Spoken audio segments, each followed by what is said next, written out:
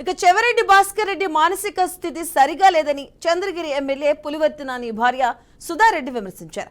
అధికారాన్ని కోల్పోవడాన్ని చెవిరెడ్డి జీర్ణించుకోలేకపోతున్నారంటూ ఆరోపించారు. 2022లో తమ క్వారీలపై 47 కోట్ల రూపాయలు జరిమానా వేయించారని, వైసీపీ హయాంలో తమ ఆర్థిక మూలాలను దెబ్బతీశారని మండిపడ్డారామె.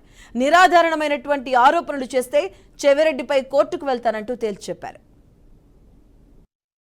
పత్రికల ముందుకొచ్చి గాలి వార్తలు ఒకరి మీద అభియోగం వేస్తే చెల్లదు చెవెన్న. పేపర్ తీసుకురావాలి. లోకేష్ గారికి మా సిబిఎన్ గారికి చూపడానికి కోసం 6 నెలల ముందు మేం కేసు పెట్టించుకున్నామని చెప్పాడు. అది మొట్టమొదటి అబద్ధాన్ని పదే పదే పదే పత్రికల ముందు చెప్తున్నాడు. 250 కోట్లు పెడితే మీకు ఇస్తామని చెప్పారు. ఆ క్వారీ విలువే 30 కోట్ల కంటే ఉండదు.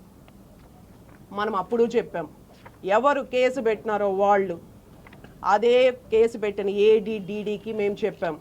అది పెద్దిరెడ్డి కావచ్చు, చెవిరెడ్డి కావచ్చు. కేసు పెట్టిన వాళ్ళకి పోయి చెప్పండి, ఒకటి మా జోలికి రావద్దు. ఆ రోజు వార్నింగ్ ఇచ్చినాం నేను కూడా ఇచ్చా, మా జోలికి రావద్దు. నేను కూడా 2018 ఇక్కడ వచ్చినప్పటి నుంచి అన్నా అంటానే వచ్చా. ఏ రోజు నా భర్త మీద నువ్వు హత్యాయత్నానికి ప్రయత్నించావో అప్పుడే నేను ఆ రోజు వాడు వీడు అన్నా. ఈరోజు మళ్ళా కూడా అన్నా అంటా ఉన్నా. ఇష్టం లేకపోయినా ఖచ్చితంగా మీకు వార్నింగ్ ఇవ్వడానికే వచ్చి, ఇంకొకసారి అవగాహన లేకుండా మా ఫ్యాక్టరీల గురించో మా వ్యాపారాల గురించో నోటికొచ్చిన అబద్ధాలు తూలితే ఖచ్చితంగా మిమ్మల్ని కోర్టు కేసు వేస్తాను.